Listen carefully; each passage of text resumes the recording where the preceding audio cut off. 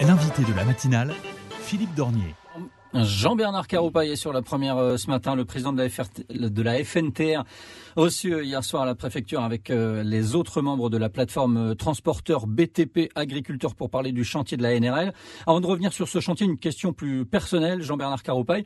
Hier soir, c'était la date limite pour la déclaration de revenus, c'est fait ? C'est fait. Je vous pose la question, vous savez pourquoi ? Oui, je sais. Entre 2009 et 2011, oui. La justice vous reproche de ne pas avoir déclaré 4 millions au fisc. Résultat, un an de prison ferme. Non, pas 4 ferme. millions. Bon, mais bon. C'est ce qui était dans le dossier. Oui. Un an de prison ferme, 3 ans avec sursis. Vous avez fait appel ? J'ai fait appel. Cette condamnation, est-ce que vous avez le sentiment qu'elle vous affaiblit en tant que représentant des transporteurs ? Je continue mon travail. Je pense, je ne vais pas spéculer sur les choses qui ne sont pas encore jugées. Je pense que si, comme des millions de Français, c'est quand même pas moi qui ai annoncé les 25 milliards de dettes fiscales en France et puis 1,6 milliard ici à La Réunion. Il faudrait se pencher sur la question. Et puis, je sais que si on doit, il faut les payer et j'ai donné des garanties.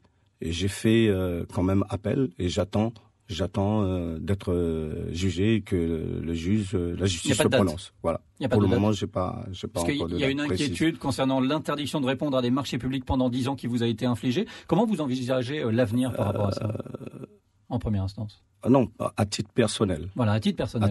À titre personnel. Donc, à titre personnel, mais après, en nom de société, je ne suis pas interdit. L'avenir de la NRL, cette fois, pour aller droit au but, est-ce qu'il faut pas un viaduc d'un bout à l'autre, vu les difficultés sur les carrières, les entends ?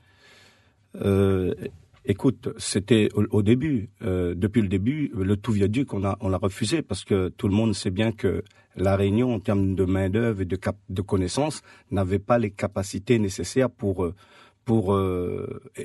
travailler sur le viaduc.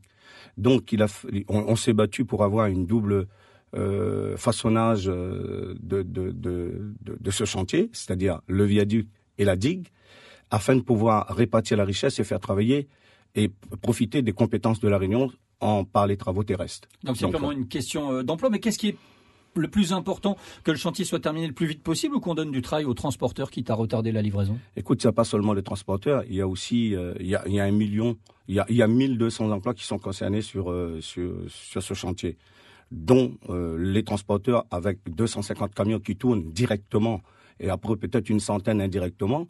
Quand vous savez que derrière chaque camion, il y a entre 2 et 3 emplois, faites le compte vous-même au niveau du transport. Et après, avec les investissements qu'ont fait les transporteurs, je pense qu'il y a une nécessité envers les enjeux d'investissement et d'emploi qui touchent aussi nos camarades du BTP, du secteur du BTP, et les salariés du BTP que nous avons mis en place. C'est pour cette raison qu'on a mis en place cette plateforme, afin de montrer notre solidarité et montrer l'enjeu économique que cela peut représenter demain si ce chantier s'amenait à s'arrêter.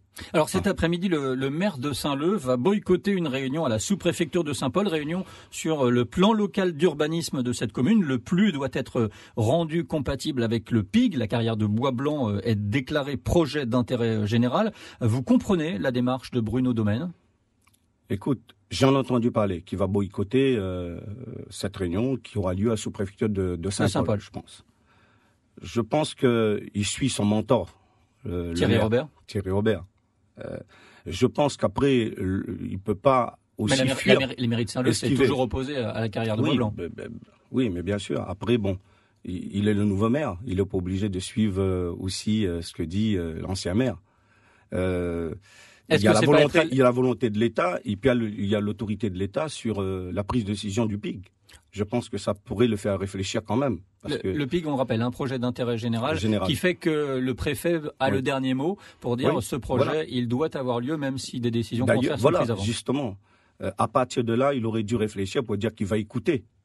Mais il ne peut pas fuir cette responsabilité puisqu'il y a quand même l'autorité de l'État qui prise à travers le PIG.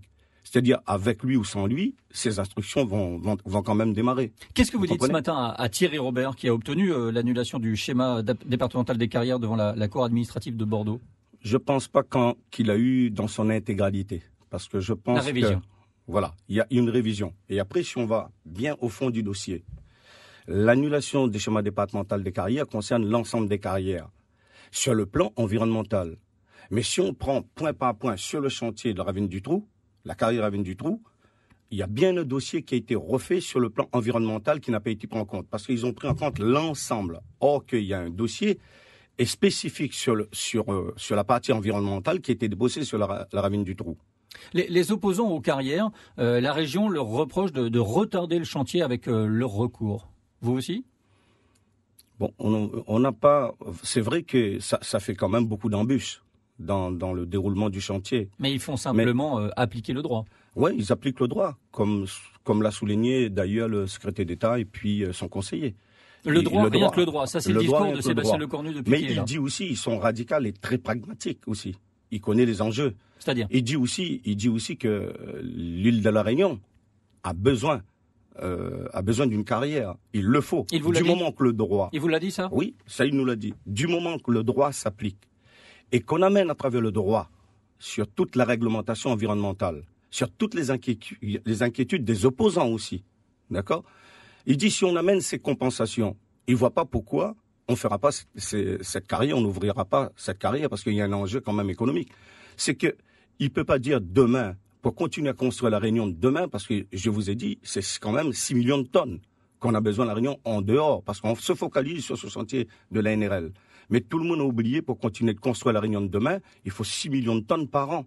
Où c'est qu'on va aller les chercher ? Pour construire les logements ? Pour construire les logements, le bâtiment, les routes, les infrastructures, les ponts, les ouvrages d'art. Alors on voit bien que les Andins suffiront pas, il en reste plus que 200 000 tonnes à exploiter selon Europe Écologie Les Verts. Qu'est-ce que vous dit la préfecture là-dessus ? Alors si on veut éviter une catastrophe économique et retarder le chantier, comme vous le dites, ou arrêter ce chantier, ce serait très catastrophique.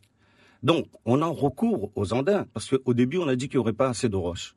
Mais on a tous bien vu qu'avec les roches des Andins, à partir des Andins, on a pu quand même terminer la première tranche qui s'appelle le MT5-1, qui a nécessité quand même 11 millions de tonnes.